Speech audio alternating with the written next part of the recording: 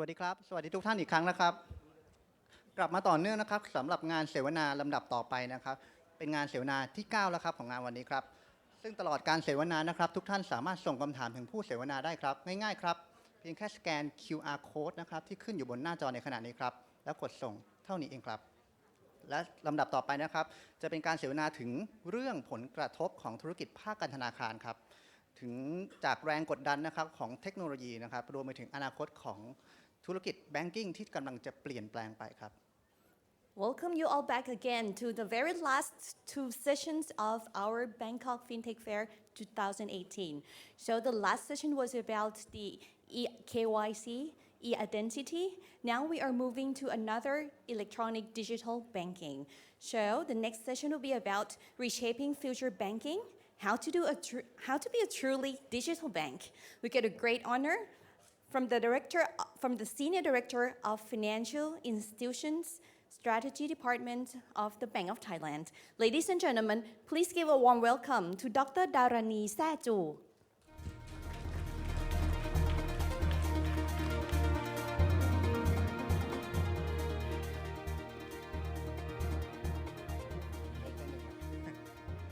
Good afternoon, ladies and gentlemen, and let me wish you a warm welcome to the nice panel discussion on reshaping the future of banking. Today, we have an honor with the distinguished panelists that would join us in this topic of discussion. But I'm sure that you can all agree with me that over the last 2 days, you have all seen that technology has become an important part of our lives. It's permeating into many aspects of our daily activities, including the financial ones.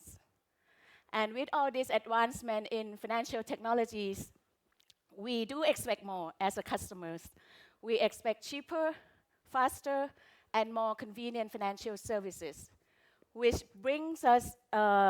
raises many questions as to whether the traditional banks, traditional intermediaries, would be able to meet this expectation. And so we think that you have all heard the famous quote from Bill Gates that banking is necessary, but banks are not. He said this way back in 1994, and now, more than 20 years later, in 2018, it is more apparent than ever. Banks are at a very critical juncture that they need to embrace the technology and digitally transform themselves in order to remain relevant and still be a core part of banking in the future. So let me now introduce our distinguished panelists who will be discussing this topic. We have the only panelist here that is not from Commercial Bank, Mr. Terry Ray. He's a Chief Technology Officer at Imperva, which is a data provider and on application security solutions. Then we have Tana Pothikamjorn, from Head of Digital Banking from Siam Commercial Banks. He has experience in product development at Yahoo and Intel, and now he's responsible for driving digital banking at the SCB. Then Dr. Piti Tantakasem, our CEO at Thai Military Bank. With over 25 years of experience in the banking industry, he is a driving force behind the TMB strategic direction. And last but not least, we have Felimy Greene, from Managing Director and Regional Head of Consumer Franchise from Citibank. He's based in Singapore, but his responsibility covers across Asia and EMEA. So please welcome all the panelists here again.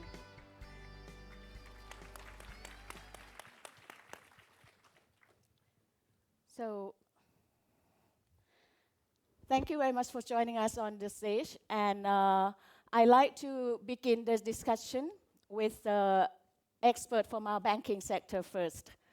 We'd like to hear your views, your thoughts on how do you think the technology has disrupted the banking industry, and how do you think bank needs to adapt to all this changing environment, be it an opportunity or any challenges, any risks that bank need to be aware of.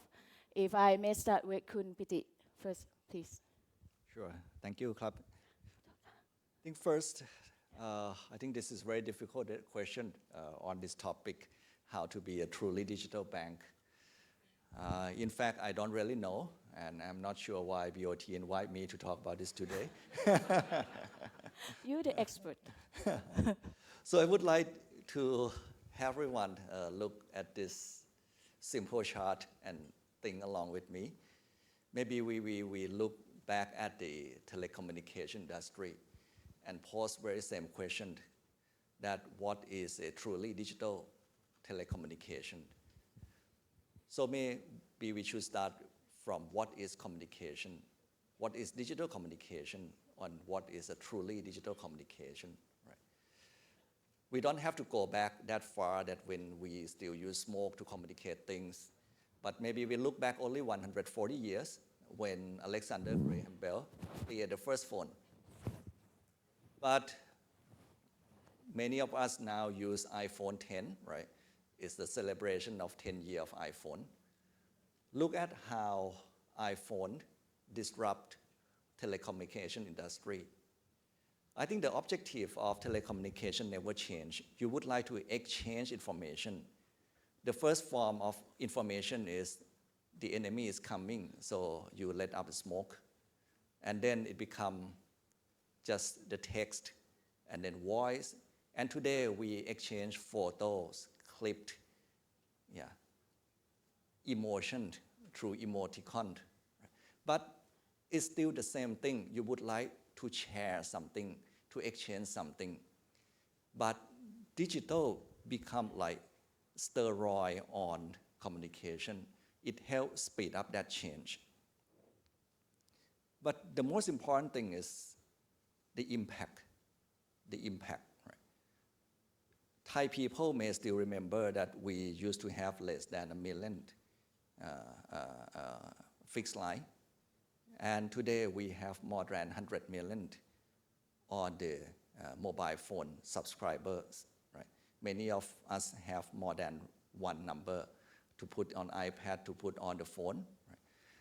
Then we can come to the point that what is really about digital banking. Again, borrow this famous quote, banking necessary, banks are not. Then what is banking about? It's about meeting financial objective for the consumers. And it does not have to be banks who can serve that purpose. It could be FinTech, it could be asset management, it can be insurance, it can be anyone. But the question is, are we today make it inclusive enough, affordable enough, secure enough, simpler and easier enough for customer to use? I think we are far away from that. Let's look 140 years back on the first phone that introduced by Alexander Graham Bell and the last 10 years. Speed of change that digital has helped accelerate the change. Look onto this very same timeline, 140 years, and how bank has become today. It would be interesting that how digital will accelerate the next 5 to 10 years, similar to what iPhone has accelerated what happened in the telecommunication industry. Let's look at a few statistics. Right? Inclusion. This number is from Bank of Thailand. Less than 80% have bank accounts. About 27% say that they choose not to use bank account. About 60% choose not to have bank loans. The list goes on. 40% of villages do not have access to banking within 5 kilometers. Don't worry about the chart. I try to make something fancy so that you can feel that I use big data or something. No. Just to make me feel good, that's it.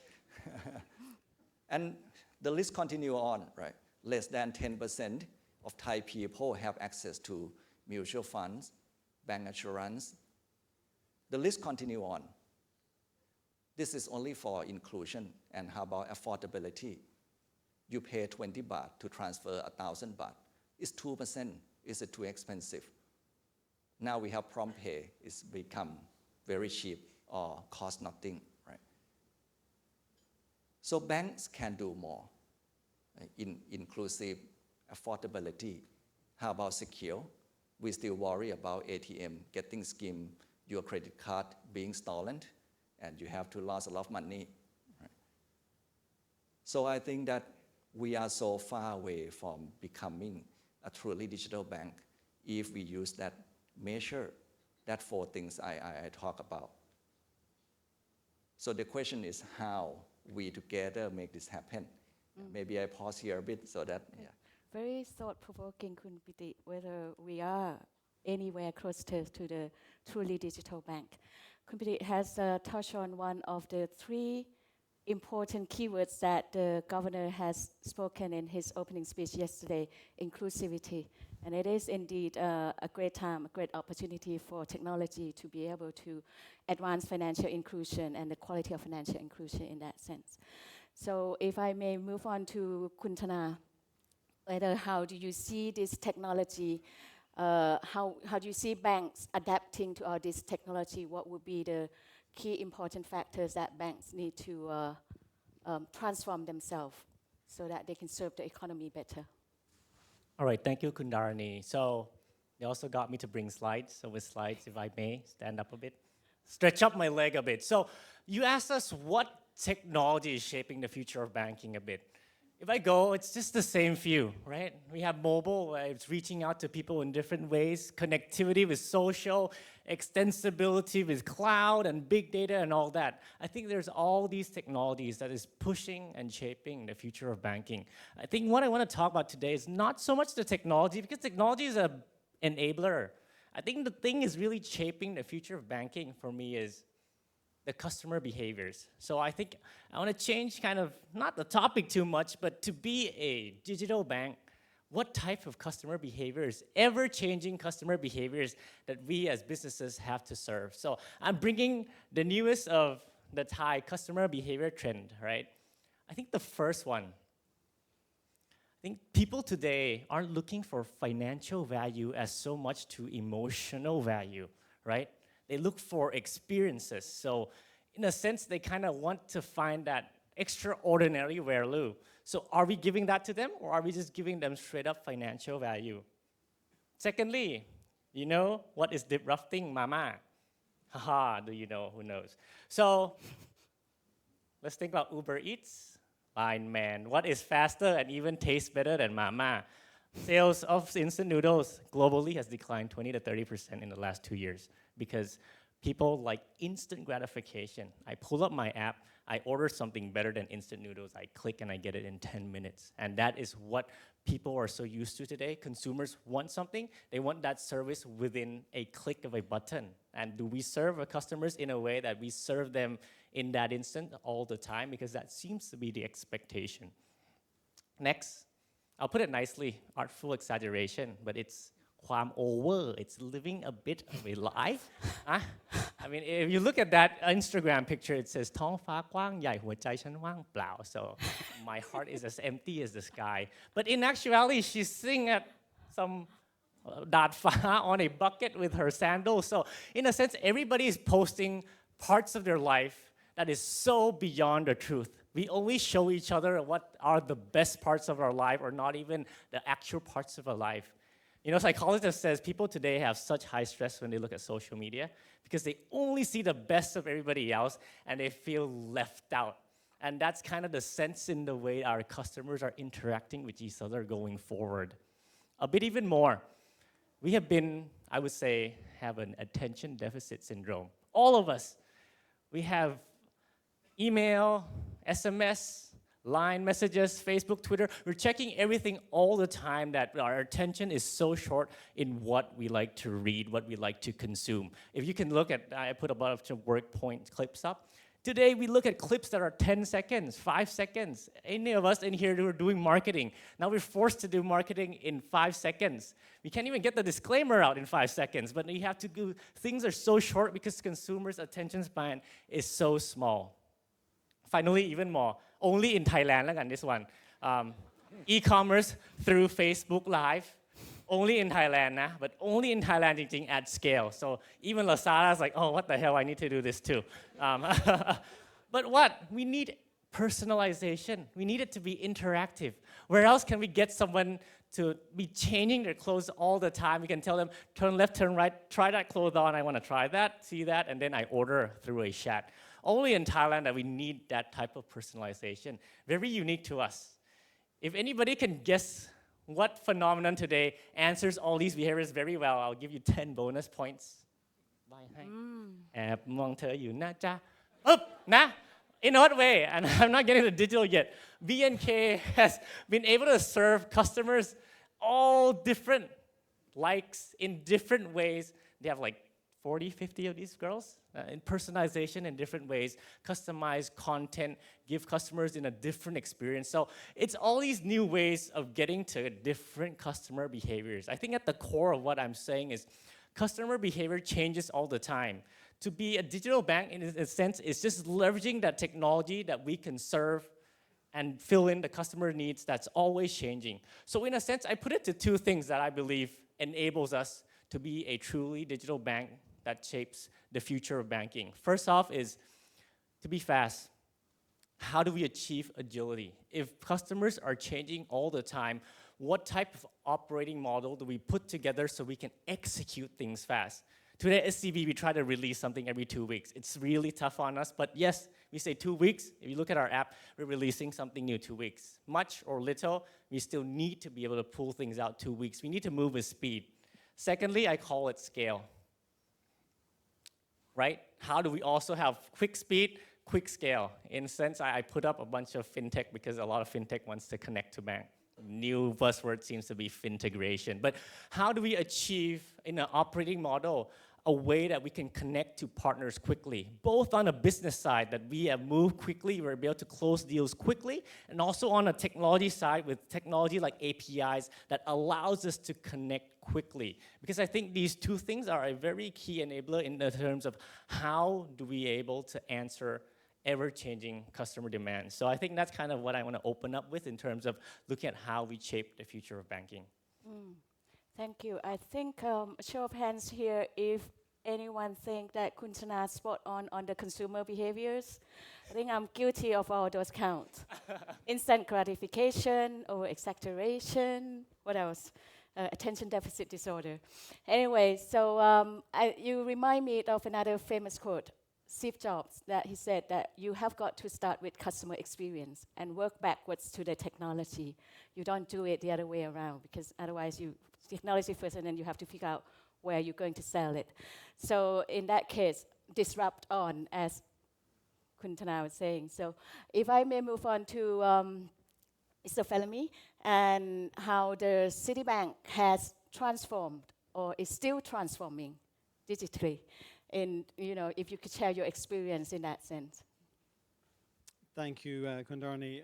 And just like to acknowledge, first of all, the fact that we're here having this conversation is fantastic, and to be part of it is terrific. We're delighted to be here. Piti talked about the telco revolution or evolution, if you will, because it's taken place over more than 100 years, and in particular how the last 10 years has been an extraordinary transformation since the launch of the first smartphone. And I couldn't agree more with his points in that respect and with Tommy's comments on customer behavior and customer experience. The reality and the challenge is that banks, like any other organization that serves customers and consumers in particular, have to meet and beat the ever-rising expectations of those customers. And those expectations have just gone through the roof in the last 10 years. I mean, swipe to open. I mean, most people were just dropping their jaw when Steve Jobs demonstrated that phone, and it's only 10 years ago. And today, there's at least one in every pocket in this room, but moreover, there's almost one in every pocket in the world at this stage. I mean, the affordability now of this technology and the reach of it is truly profound, and has profound implications, I think mostly positive, from a social and economic point of view. So with all of the experiences that our customers are having on those devices, and both with new emerging companies that could not exist, like an Uber or a Grab or a Line, that could not have existed without a smartphone, if they can do great things for the customers, then why can't banks? And that's the question that we're having to ask ourselves every single day. We think that the disruption that's happening is probably one of the biggest things that's happened to our industry. Banking is a very old industry. Citi, like many banks, has been around for over 200 years. And so we have many ingrained ways of doing things. We're heavily regulated, and rightly so. And we have a bias for safety and conservatism. And those things can be challenging for us when we want to try new things and do things differently and do things without signatures and do things in a way that's more convenient. Convenience and safety don't always go hand in hand, and yet technology actually makes those things possible. So what we see is nothing less than a requirement and an ask to completely transform our business. And the customer is at the centerpiece of that. That is the first thing that we're doing, is to better understand the customer, and to do that through the digital experiences that we create, and through the products that we create, and increasingly deliver the experience of those products through a digital means. So for Citi, we're really at the beginning of a journey. And I like the way you framed the question, Daranee, because it's transformed. Well, the transformation is not over yet. I think that we're still at the beginning phase. Perhaps we're at the end of the beginning, but we have, I think, further to go than we've come already. And I think that, really, when you look at what's happening with social behavior and consumer behavior enabled by technology, it's the consumer that's in the driving seat. If you look at what was happening prior to the smartphone, people had laptops, people had PCs at home. The braver ones had Macs, right? But fundamentally, the technology that people had available to them was business technology that had been repurposed for consumer use. And what happened almost in an instant with the smartphone was that that order was reversed. Suddenly, there was a device and a technology that was completely built around the consumer and the individual, and the corporate world had to rush to catch up with that. And in many ways, we all still are, not just banks, every industry is being touched by this. So I think we're at the end of the beginning. We're in the middle of a very profound transformation at the front end in terms of how we deliver banking experiences, but also we have to digitize everything throughout the bank. And that's requiring different talents, different tools and technologies, different regulation, and I think we're all involved in that conversation. How do we make it truly possible for people to bank without paper, without signatures, without physical presence? All of those tools are coming together, and it's very exciting to be in Thailand knowing what's happening here with plans for digital identity and so on. So I think all the ingredients are there, and perhaps I'll finish with a paraphrase of the quote from Bill Gates, which when he said that banks, the banking is necessary and banks are not. I like to think of it that banks or banking is necessary. Banks as they currently exist are not. There will be banks in the future. The question is, what shape will they have? What form will they have? Where will they add value? How will they add value to the customer? And how will they add value to the shareholder? The fundamental need to have a safe place to put money and the fundamental need to have sound lending to fuel an economy won't go away. And it's just a matter of how all of the pieces come together to deliver that. Yes, thank you, Felimy. That's you leave us with one of the very big questions that we will come back to that. And I'm not leaving you out, Terry, but before, because I think Tana has said that banks have to be agile and need to scale up. How about you, Piti? In TMB, what do you think banks need to do? Good question, Kap. I think traditionally on the left, this is what banks have to be, right? Can't fail.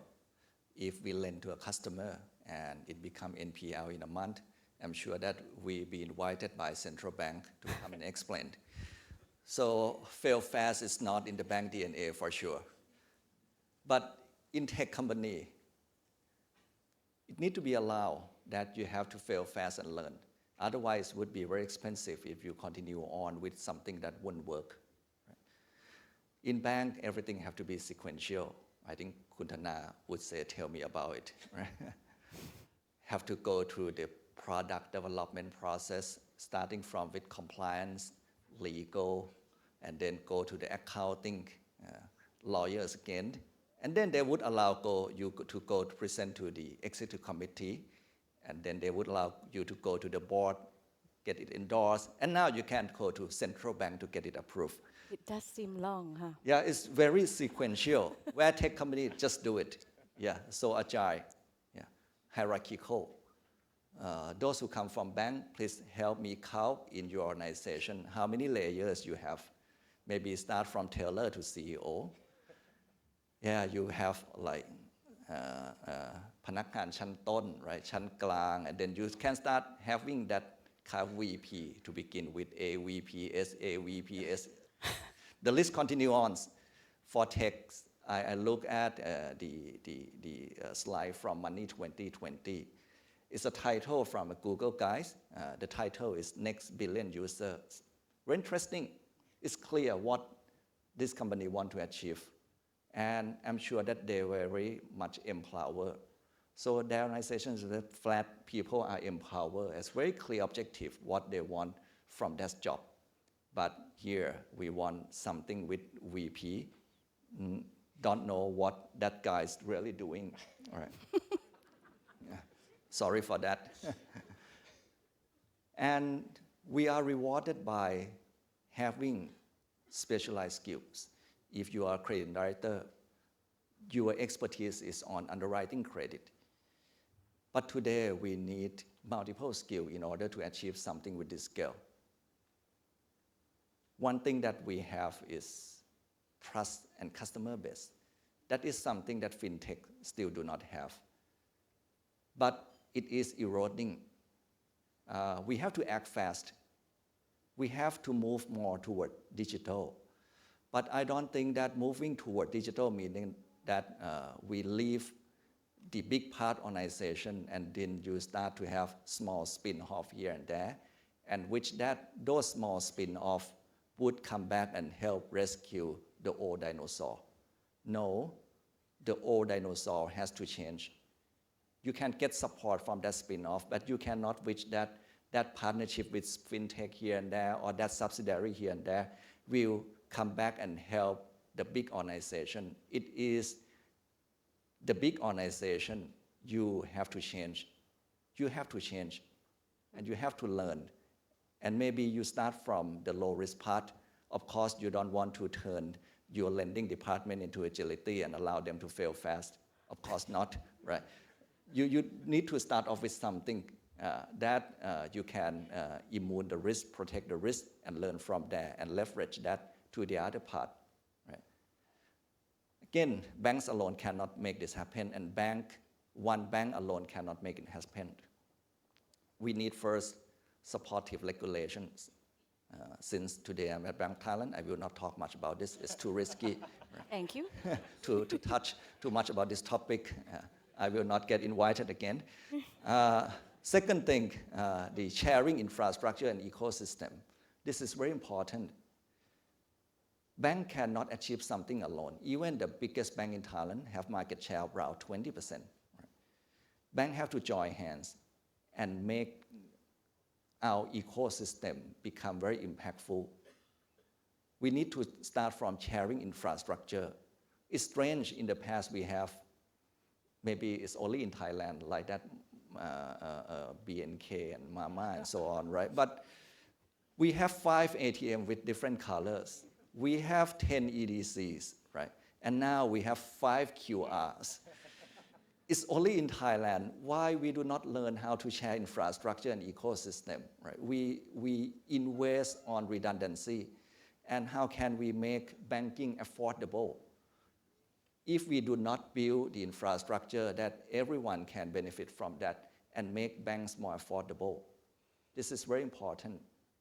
And the last thing is we have to learn how to share information. We don't want to have that Nong Nisha case very often, right? We need to learn how to share information and protect customer privacy. Yeah. Need to learn how to share information and we make the system more efficient. I think this is very important. We can compete with FinTech, and I don't think that FinTech would like to compete with us. They should partner with us. But we should not compete with each other on these 3 areas. We need to work together to make sure that these 3 areas happen and happen fast. Otherwise, I'm sure that we could be gone. Thank you. It's good to hear from banks that we need to collaborate with each other. Rest assured that we would be on the supporting regulation side, and asking everybody at the bank here, at the Bank of Thailand here.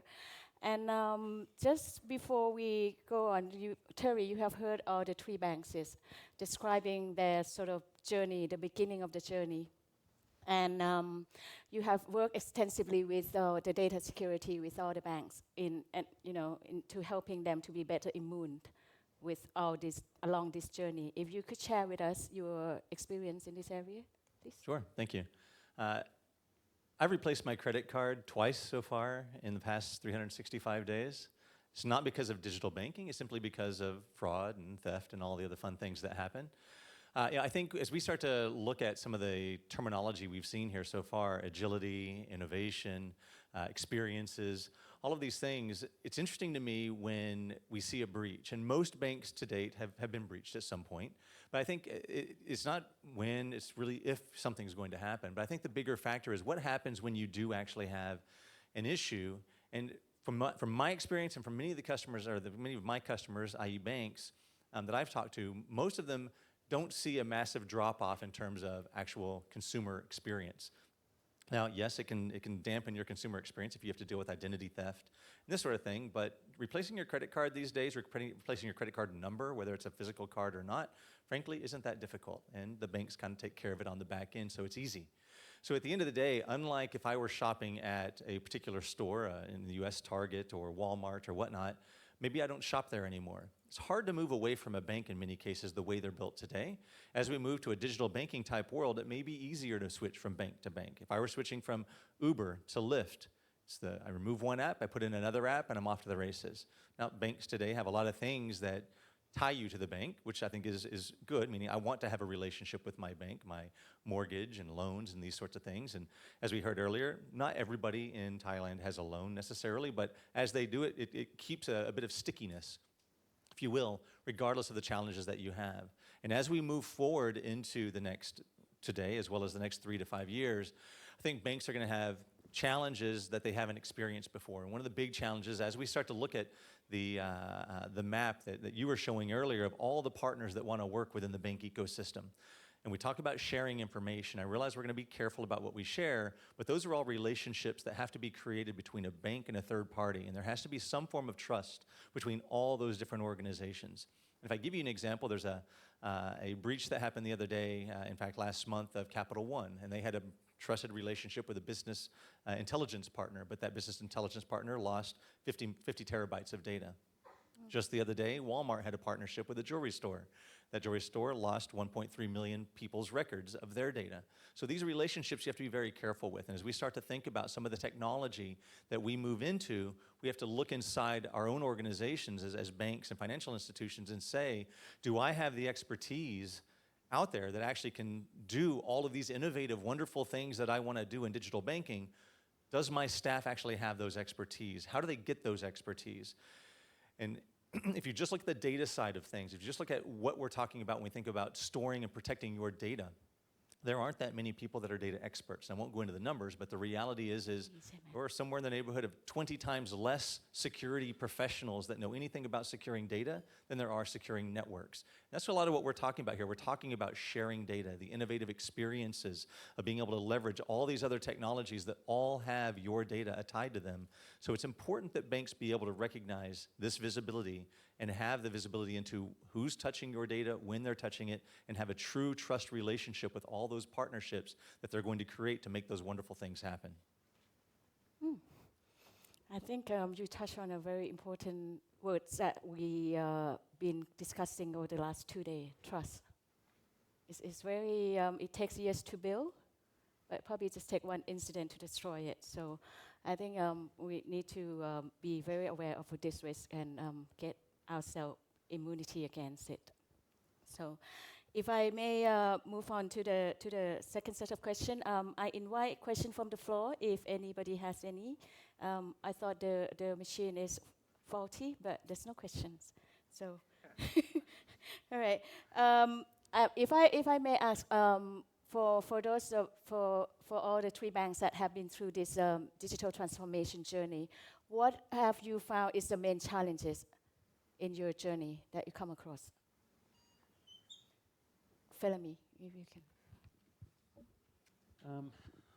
Many challenges. I think this is, as I said earlier, this is I think the biggest transformation we've gone through as an industry probably since the ATM, possibly even. Actually, I would go back to the mainframe and say since computerization, right? Because this is computerization on a different level, and it is requiring a fundamental rethink of how we're organized. How we're organized in terms of people, how we're organized physically in terms of distribution.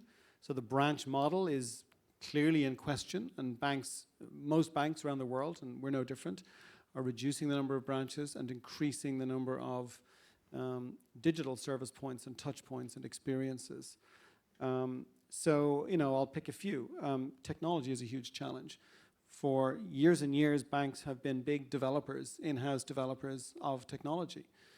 We would typically buy software from a major vendor, and then we would either have our own staff or have third-party staff modifying that software to meet our specific needs for our products and the markets that we're in. That model is changing.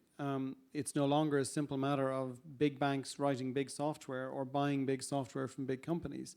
To be relevant to the consumer of today requires a high degree of specialization, and that's what fintechs bring.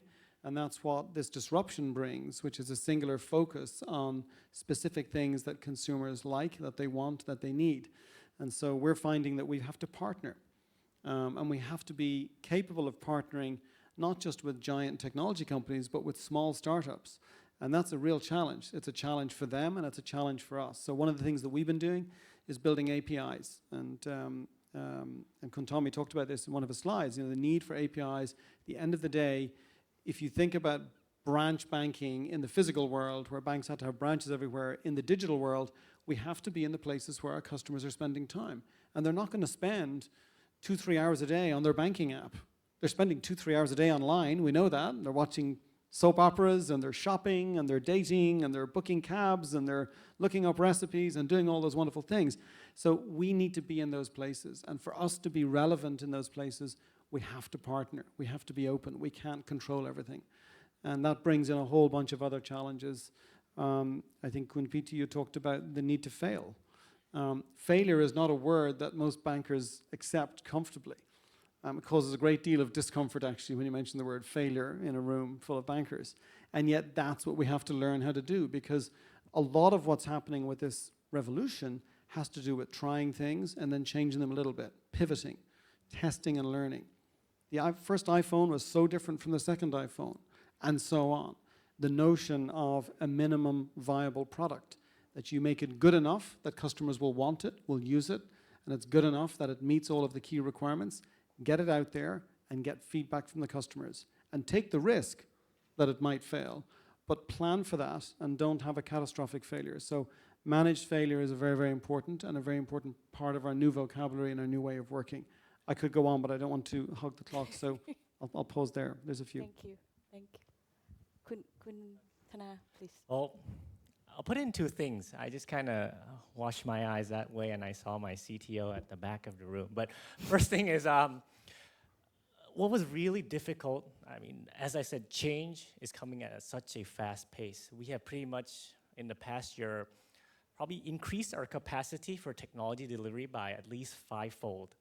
To do such thing as 5-fold with the same amount of people and oversight, you gotta change the operating model, you gotta change the way you work together, you gotta change the way everybody comes together. And as Piti rightfully said, all those changes have so much friction.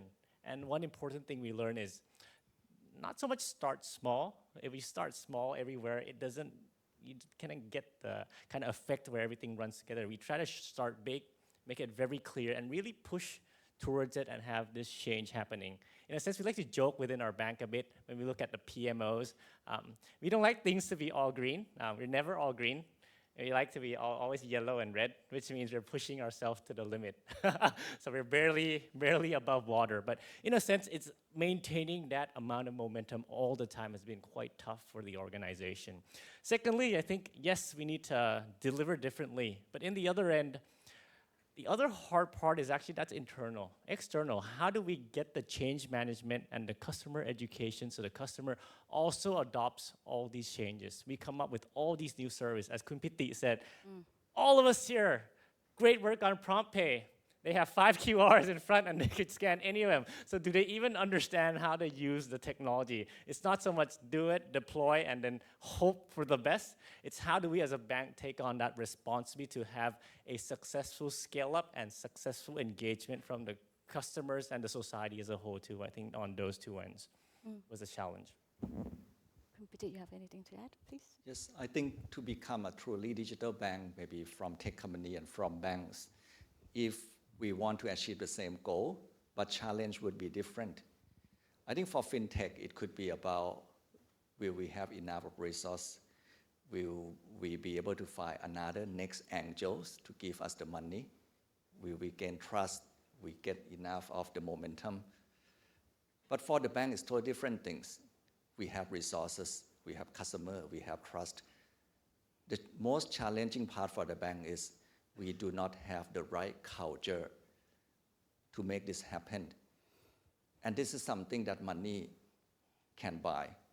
It's something that you have to find your own ingredients, how to change, how to move the whole organization toward new culture. This is the hardest part. Because without the right culture, you cannot reorg. You cannot find the right people to retain the talent or to bring in the new type of talents.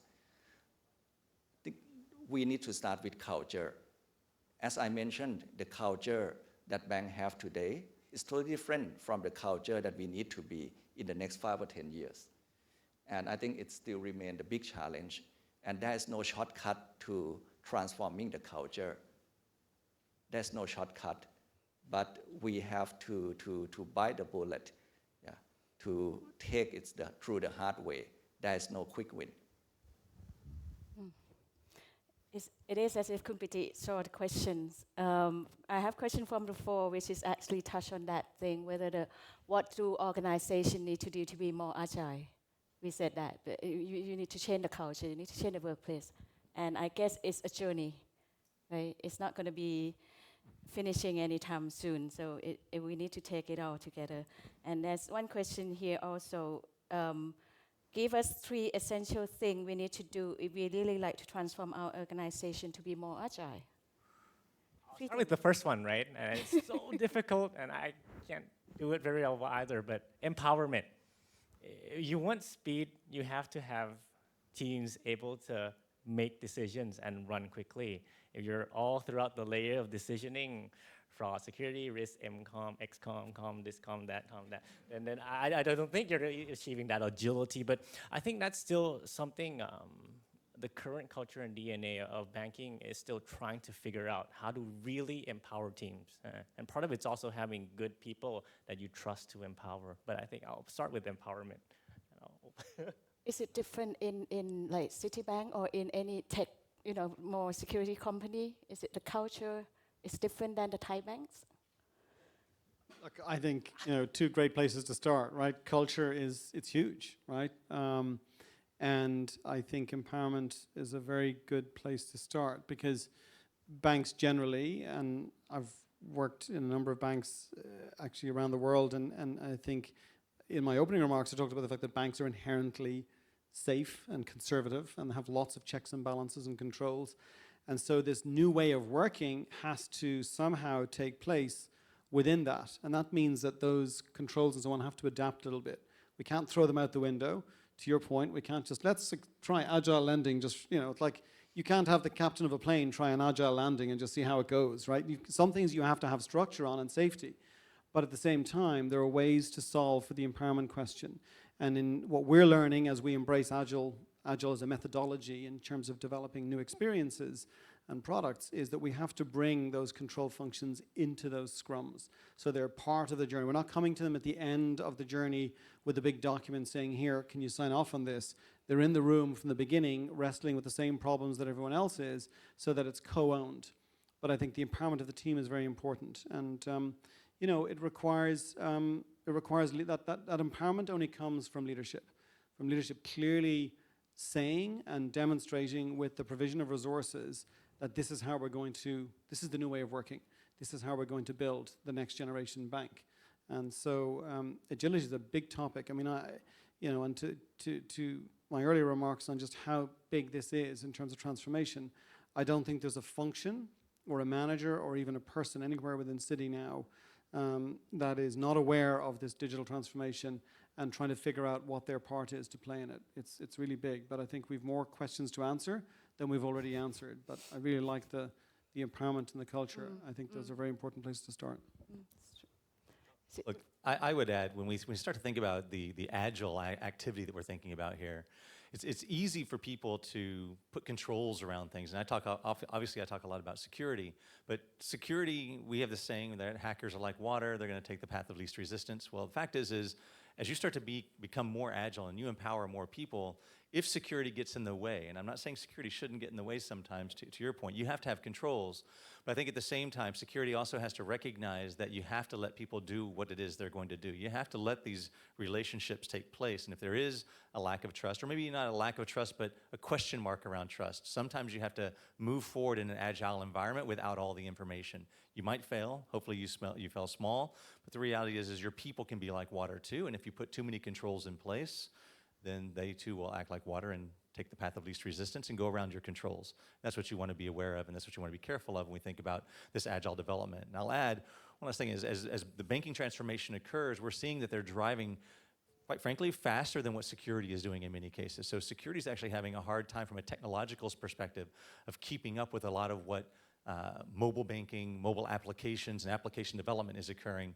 When you talked about RESTful APIs and some of these sorts of things, that's the beginning state, if you will, of when we start to think of containerization and microservices and all the other things that are happening within the cloud. And security is still only just now getting to where there's an idea of cloud workload protection and these things that even today the innovators of that are still just beginning that journey as well. So we're kind of doing this together, which is maybe not a good thing, but we would hope security was there a couple of years ago. Okay. We talk about banks and how to get banks ready. How about customers? How about those segment of customers that, may not be as digitally savvy? They may have some not familiar with technology or may have some concerns about security. How do you onboard those customer segments so that digital banking can serve their needs also? I'll start off a bit. I always see a lot of us like to say, oh, the older segment, the retirees, they are kind of fearful of digital banking. Sometimes I beg to differ how much they use Line today. They're the first one to greet you in the morning, so they are very close to technology. Maybe their understanding of technology and safety is not up to par. I think I'll give an example of what we're doing at SCB. We have deployed, I would say, kind of a digital concierge. We call them the Easy Buddies. So they're all across all our branches and nationwide, where they help handhold certain segments of customers, teach them how to safely use digital and how to actually onboard and use their digital life effectively.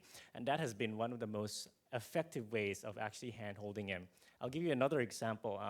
In our digital buddies, we have what we call the senior digital buddies. We hire people 50 and up to be the ambassadors of digital.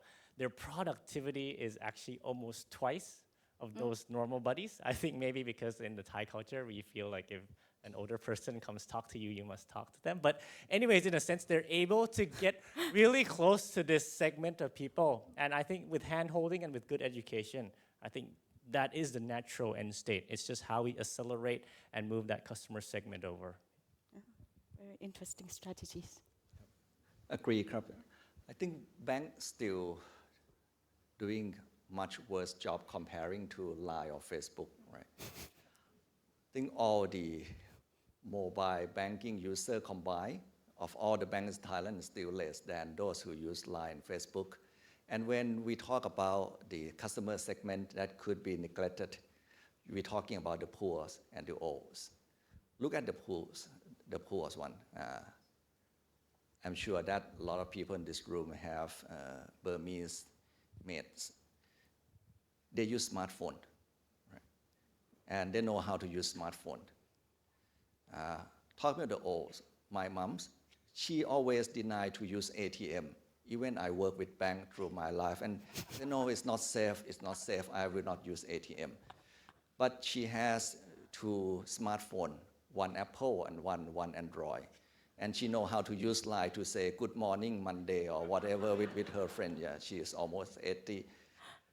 Why tech companies can't make those two segments inclusive?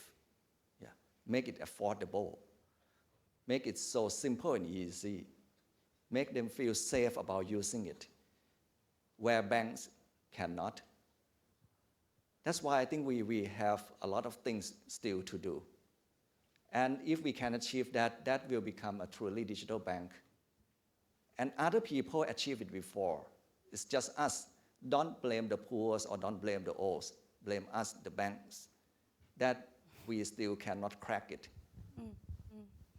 Maybe Kun Piti's mom can use the service of Kun Tana hand-holdings buddies. I would be fired by the boards if PMB cannot achieve that and SCB can do it first. All right, sorry about that.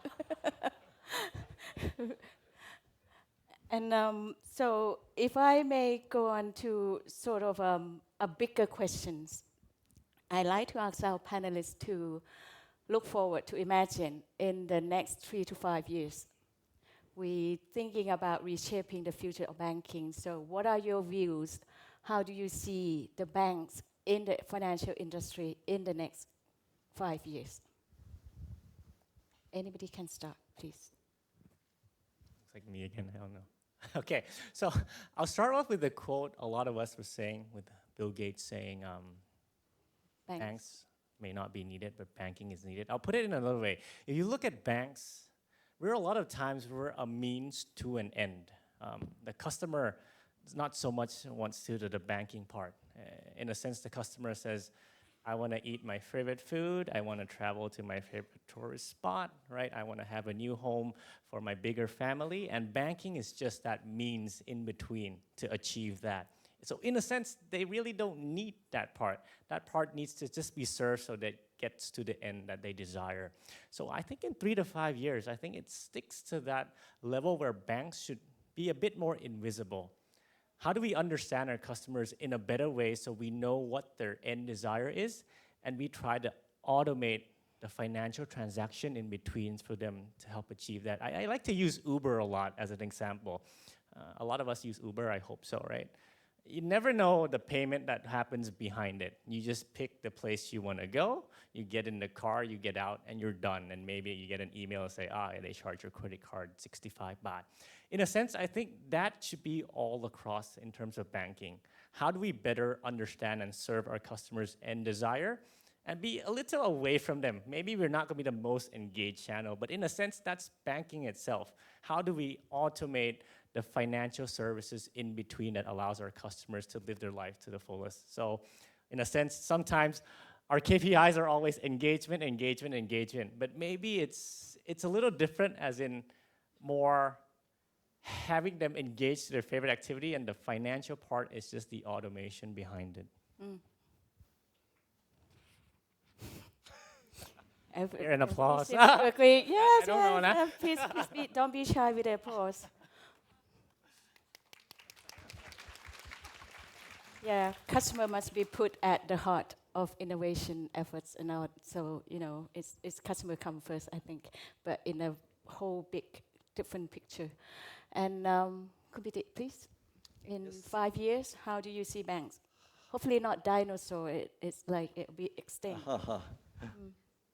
I don't think that in the next 5 years, everyone will go to mobile bankings and people or the old style brick and mortar would be gone. That is not my belief. Maybe it's against a lot of people thinking.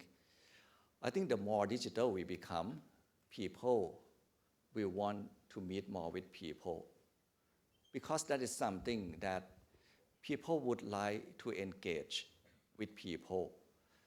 But the low value-added tasks will be replaced by digital for sure. So banks need to be relevant and become more and more relevant. Of course, the basic transaction service, withdraw money, deposit money, would soon be replaced. But are those the only financial needs? I'm sure that everyone in this room would worry about whether you have enough money when come to retirement. Yeah. And maybe the first person that you want to talk to is people, not bot. Right? Because you can come back to see the people, you can trust the brand. So the question is, how can the old traditional banks use the digital to deliver experience in such a way that customers feel appreciated?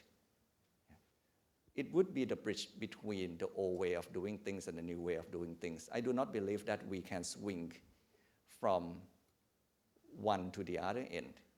Yeah. We test a lot of things. We try that, how about we allow people in the branch to use digital technology so that we can bring the investment consultant from the head office to talk with the people who would like to do the financial planning with us. Right?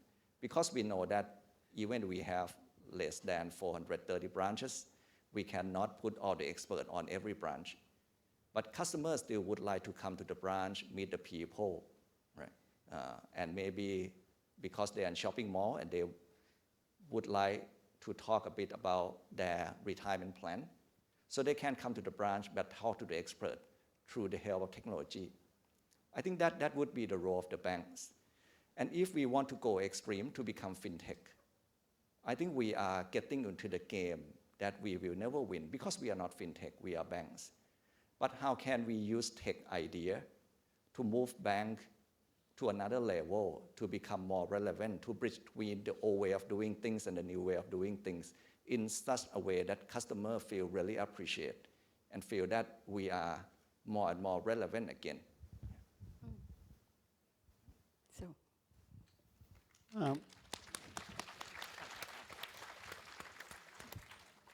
hard to follow those two responses to that question. So thank you both. I think, in 3 to 5 years, I believe that the vast majority, probably more than 90% of what we do for our customers will be highly automated, right? And it will either be initiated and completed by the customer, probably on a smartphone or a tablet, or it will be automatic and invisible. So I think that invisibility is actually a very good point. I think we need to be visible where it's relevant and where there's value, and otherwise we just need to make things happen quickly and securely and not be in the way.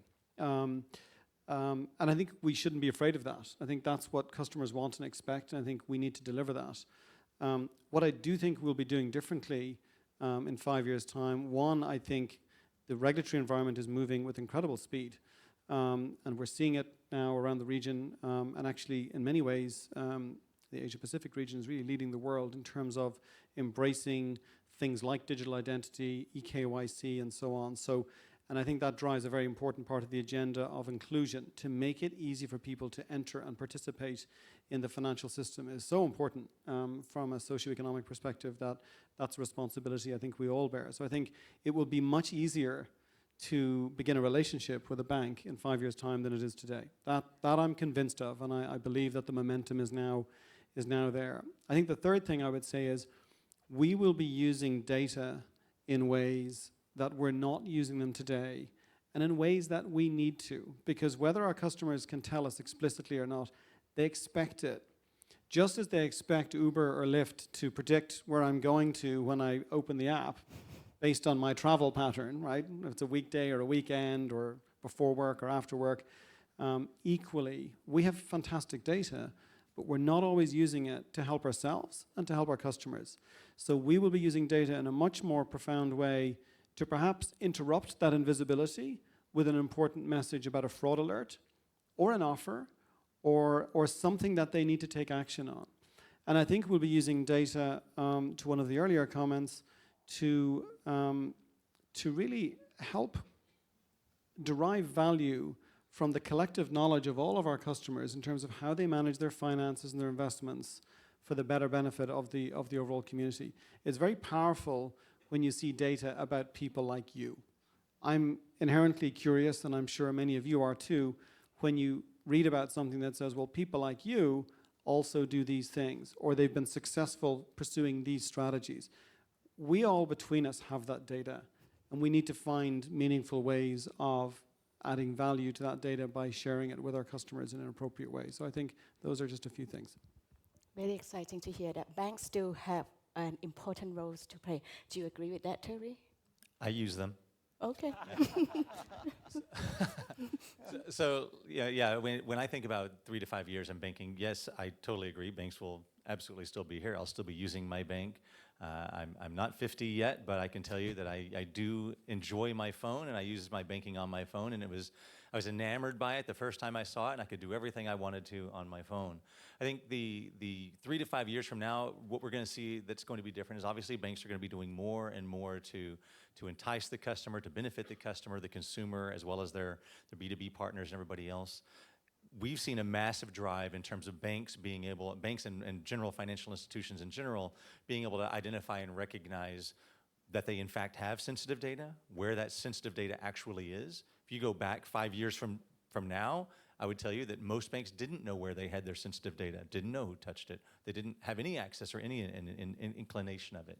Today, that's changed, and I fully expect over the next 3 to 5 years that you'll see a continued drive to being able to have smarter, better security organizations within banks that certainly know a lot more about what's going on in their organization than what they did 5 years from now or 5 years ago, and certainly what they do today.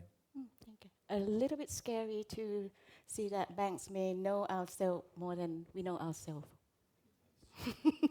Right. So I have time for one last lightning round, if I may.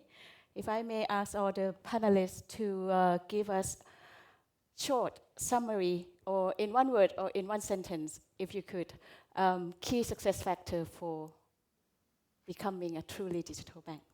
You may have said it before, but one word or one sentence. Yeah, maybe start from me. Start with the end goal. Yeah, you're talking about become a truly digital banking, right? It's more than just an app. App may help, but stick with the end goal. Truly digital bank, meaning that we want to become more inclusive, more affordable, safer, and easier and simpler for customer to use. As long as we far from that, we are not a true digital bank. I think more than ever before, success going forward begins and ends with the customer, putting the customer first, and then moving with great speed and commitment to deliver the best thing that we can for the customer, and to not stop there, to iterate, iterate, iterate. That is the new way of working that we have to embrace. I'll probably keep it short to agility and scale. Okay. Data is the most important thing, in my opinion, in my business. Know that data is the only thing people can steal from you. And that may be money, data may be money, but it's the only thing they can take. They're not going to take anything else. They can only take your data. On that note, I'm glad that I didn't hear regulation, regulation, and regulations. So please join me in thanking the panelists here. Thank you very much. Wow. Wow. Thank you so much for almost the very last session here. What a fruitful and energetic session that we've just had. So I can't believe that we're reaching to almost the end, but there were a few words that we've heard from here. Agility, scale, simple, fast, and customers come first. So slow and still are not the words in the customer's dictionary anymore. So it's really challenging for the service provider, including us as the regulator, to promote this inclusive digital banking.